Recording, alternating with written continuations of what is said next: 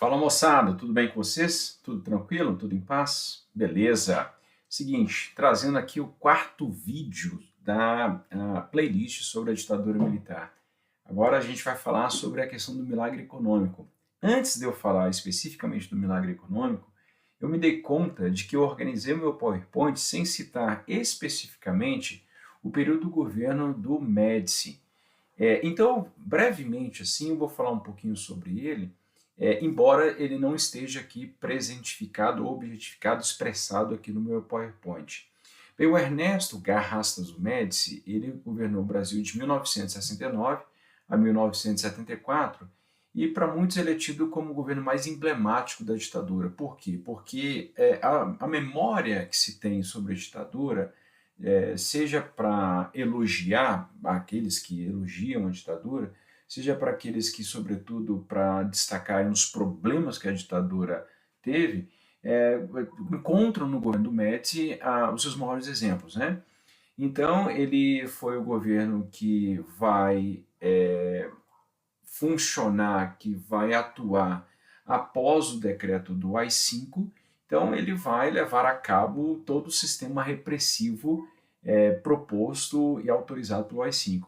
Esse período é chamado de anos de chumbo, que é o período de grande repressão política contra os grupos chamados, considerados subversivos, né?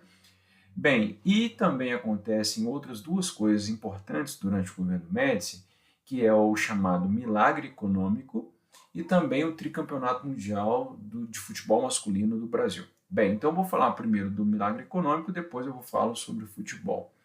O Brasil estava passando por um processo de crescimento econômico desde o início da década de 60. Se você observar essa tabela, você vai perceber que o crescimento econômico não é uma coisa exclusiva da ditadura. Por exemplo, em 1961, o Brasil cresceu 8,6% no momento em que o Brasil passava por uma grande turbulência política, que foi aquele momento em que o Jânio Quadros foi eleito e logo depois ele renuncia. E aí tem todo um imbróglio para impedir, um golpe efetivamente, para impedir a posse do João Goulart. Mesmo assim, o Brasil cresceu 8,6%. O que eu quero dizer com isso é que, naquele momento, o Brasil estava passando por um processo de franco crescimento, porque o Brasil ele não tinha uma infraestrutura mínima adequada para os padrões da modernidade no século XX. Então, o Brasil ele tinha que crescer, ele não tinha uma outra opção. Principalmente do tamanho do país, então ele cresceu porque ele investiu, muito suportado por investimentos externos e pelo capital externo. Ele conseguiu investir bastante no setor de infraestrutura, no desenvolvimento da indústria e na oferta de serviços, que aí mexe com uma variedade de atividades econômicas. Pois bem, e aí, então, portanto, desde o início da década de 60 havia um crescimento. O ponto de destaque é o ano de 1963, em que o crescimento ele foi cerca de 0,5%, e é um momento bastante conturbado em que o João Goulart assume o poder. Mas aí, a partir já de 64, um crescimento de 3,4%, enfim. Agora, em 60, quando o governo militar começa, o crescimento econômico não é nada significativo. Em 64, que eles assumem em abril de 64, o crescimento, ele comparado até com tirando o 63, mas ele comparado com a sequência histórica é um crescimento menor. E o de 65 é ainda pior. Então, portanto, caracterizar o governo militar como um período de franco e grande crescimento econômico é um exagero. Existe um período, a partir de 1968, em que, de fato, o Brasil vai crescer absurdos, média aí pelo menos 10, alguma coisa por cento. Então, é um crescimento bastante significativo e, sobretudo, causado por empréstimos estrangeiros e um grande investimento no setor de infraestrutura, nas grandes obras. Eu costumo chamar de obras faraônicas. Então, portanto, o Brasil tem um crescimento efetivo no aumento da sua riqueza, causado, sobretudo, pela entrada de capital estrangeiro.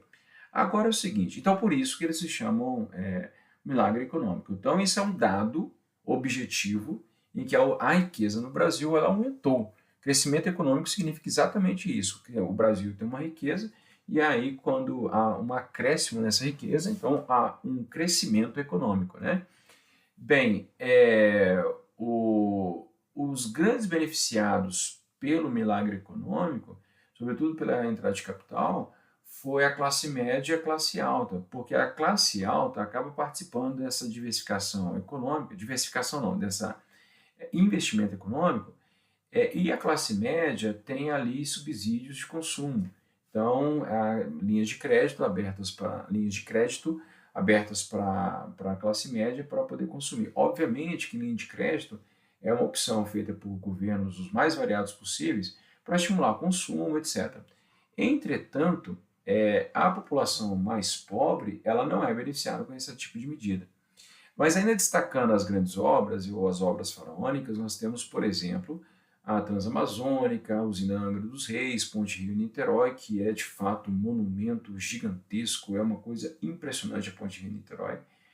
Agora, eu fico tentando imaginar, quando todas as vezes que eu passo, não foram muitas vezes, mas eu passei algumas vezes na Ponte Rio-Niterói, eu fico tentando imaginar com as pontes da China. Aquilo deve ser um absurdo, aquilo deve ser grande demais a conta, eu não consigo, enfim, eu tento imaginar aquela grandeza. Eu tenho uma sensação, compartilhando aqui um sentimento com alguém que possa eventualmente estar assistindo esse vídeo, de pequenez diante dessas grandes obras feitas pelo ser humano. É uma coisa extraordinária. Pois bem, e a usina hidrelétrica de Itaipu, que tem um caso muito interessante, porque os esquemas de corrupção dentro dessa usina hidrelétrica, elas foram compilados, mas o cara que compilou os casos de corrupção, ele acabou sendo assassinado. Bem, mas eu já divaguei demais do milagre econômico, mas aí temos, portanto, objetivamente dizendo que o milagre econômico foi um período de grande crescimento econômico do Brasil. Entretanto, há alguns problemas.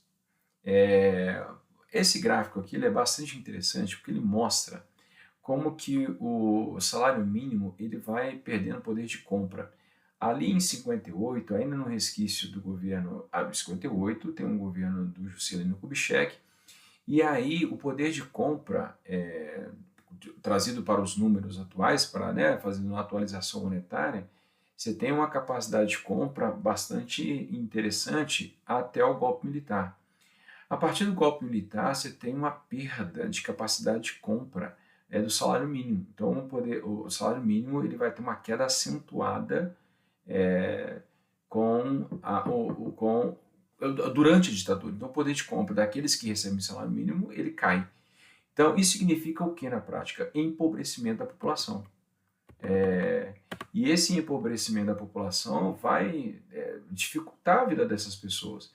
Só que essa série histórica, ela continua até 1993, e aí 1994, melhor dizendo, quando é implementado o Plano Real. E aí o que é interessante é que há uma estabilidade política. E então você tem um crescente de ganho de poder de compra, uma valorização real do salário mínimo a partir de 94, que vai até 2018, que aí é uma queda. A partir de 2018 vai uma queda novamente da capacidade de compra do salário mínimo. Pois bem, os resultados do milagre econômico, eles são concretamente ruins para uma parte significativa da população, porque ele vai gerar concentração de renda, uma vez que a inflação ela continuava alta. E a inflação alta ela acaba deteriorando o poder de compra, principalmente da população que depende do salário. Tem gente que consegue, por recursos de investimento, ter uma reserva. A população pobre não tem, porque ela gasta efetivamente tudo que ela ganha. Então, se as coisas custam mais caro e se o salário não acompanha a inflação, o que geralmente é isso que acontece, veja bem aqui a queda do poder de compra do salário mínimo, então há um empobrecimento efetivo da população. E aí, se há um empobrecimento e se a riqueza do país continua aumentando, significa, portanto, que a riqueza está entrando no país, mas ela está se concentrando. É uma matemática bastante simples de se fazer a respeito disso.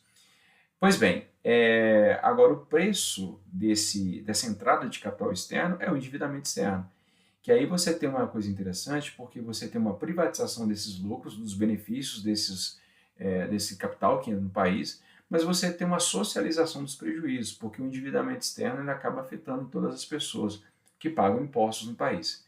A inflação ela continua galopante, o governo militar vai entregar uma inflação muito maior do que ela pegou em 64, então aí há efetivamente um problema social grave, né?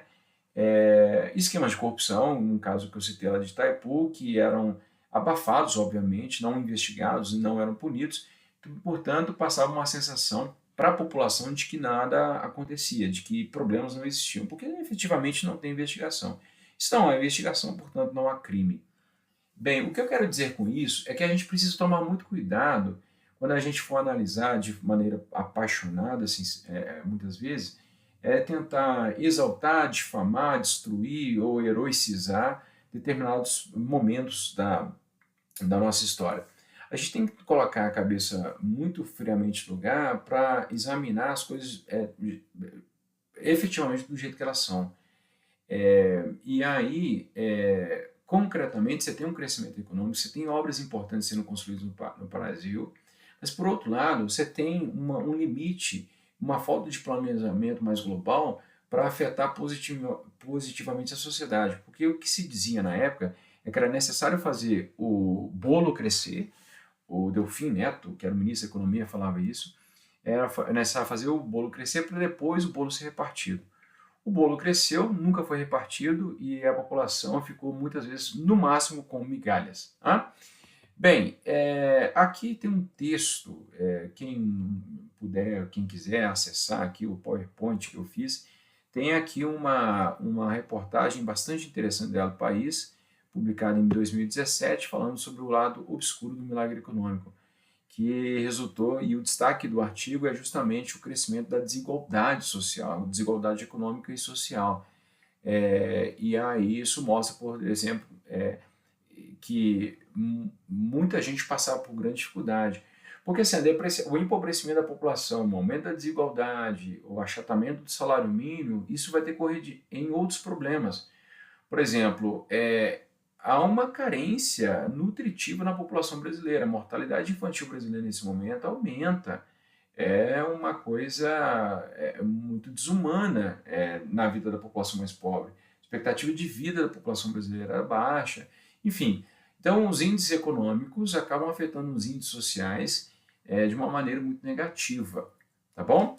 Bem, o outro aspecto que eu queria destacar durante o governo ainda do Médici é a questão da Copa do Mundo. A Copa do Mundo tem uma coisa bastante interessante, quem não teve ainda a oportunidade de vivenciar uma vitória do Brasil, uma conquista de Copa do Mundo pelo Brasil, não sabe o que está perdendo, porque é uma experiência antropológica muito interessante. O brasileiro ele fica meio ensandecido. Por exemplo, se em 2022 agora, né, quando o Brasil foi eliminado pela Croácia nas quartas de final, o Fred não voltou para marcar depois daquele belíssimo gol do Neymar, cara, se o Brasil tivesse ganhando a Copa do Mundo, talvez a gente estaria vivendo um outro país. E assim, eu paro por aqui, porque o que eu projeto sobre o que seria outro país não é exatamente algo interessante. Mas, enfim, mas seria um outro país. Eu posso apostar. Ocorre que, em 1970, na minha modesta opinião, o Brasil teve a melhor seleção de todos os tempos. Muita gente fala que a de 82, a de 82 era espetacular mesmo, mas a de 70 era uma coisa absurda. Eram basicamente dois zagueiros, o goleiro, o restante, todo mundo era atacante. Era uma coisa maravilhosa de se ver. Depois vocês joguem aí na internet e vejam os vídeos da seleção brasileira. Eu preciso falar de um jogador que é o Tostão. Que beleza que era ver o Tostão. Era uma coisa espetacular. Rivelino, meu Deus do céu. Rivelino pegava a bola na intermediária, levava lá dentro da boca, passava a bola na boca do goleiro e marcava o gol. Era uma coisa espetacular. Os caras davam um passe sem olhar. O Ronaldinho Gaúcho fazia isso com mais estilo, mas os caras faziam isso brincando, assim, era uma coisa impressionante. O Pelé, então, na melhor forma, aquilo é um absurdo. Enfim, E aí o Brasil ganhou a Copa do Mundo em 1970 e foi uma euforia no Brasil, foi uma coisa maravilhosa. O Brasil tinha um certo problema no início ali, porque havia uma discussão sobre quem iria para a Copa e tal. Há um certo debate, há uma certa teoria de que, inclusive, os governos militares conseguiram interferir na mudança do técnico da seleção, mas isso tem sido bastante questionado atualmente. Não há evidências que confirmem essa teoria. De qualquer forma, o governo ditatorial ele vai fazer um uso político muito eficaz dessa vitória, fazendo uma campanha ufanista de valorização do Brasil ao extremo, e dizendo o seguinte: quem é contra o governo é contra o Brasil, então Brasil ame ou deixe. Então, assim, o governo ele acaba sendo muito perspicaz no sequestro do sentimento patriótico a favor do governo. E aí, ser patriota, por exemplo, significa que você nem pode questionar o governo. Ora, declarar o amor ao país é querer sempre o melhor para o país, e não necessariamente um governo que se diz patriota, ele faz tudo certo. Então, as pessoas, principalmente numa ditadura. Então, portanto, a não permissão do posicionamento da população a respeito do que poderia ser melhor para o país é um sentimento antipatriótico. Enfim, mas, de qualquer modo, essa euforia em relação ao futebol, mas mais o milagre econômico vai dar ao Médici um dos maiores índices de popularidade da história. Foi um dos presidentes mais populares da história.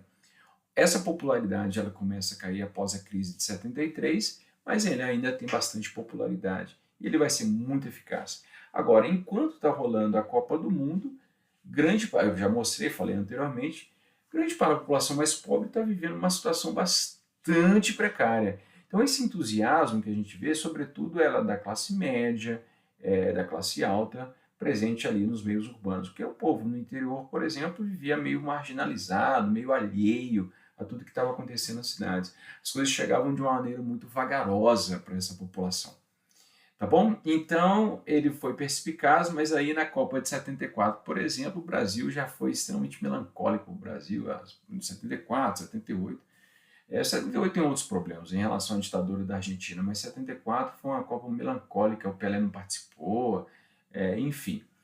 Mas talvez se houvesse ali uma mobilização, o Brasil teria sido campeão de 74 de novo, porque tinha time para isso. Beleza, eu já divaguei demais em relação ao futebol, mas eu adoro esse assunto, e aí eu desejo e prometo que farei mais vídeos sobre futebol e política aqui. Beleza? Moçada, um grande abraço para vocês e até a próxima, gente. Tchau!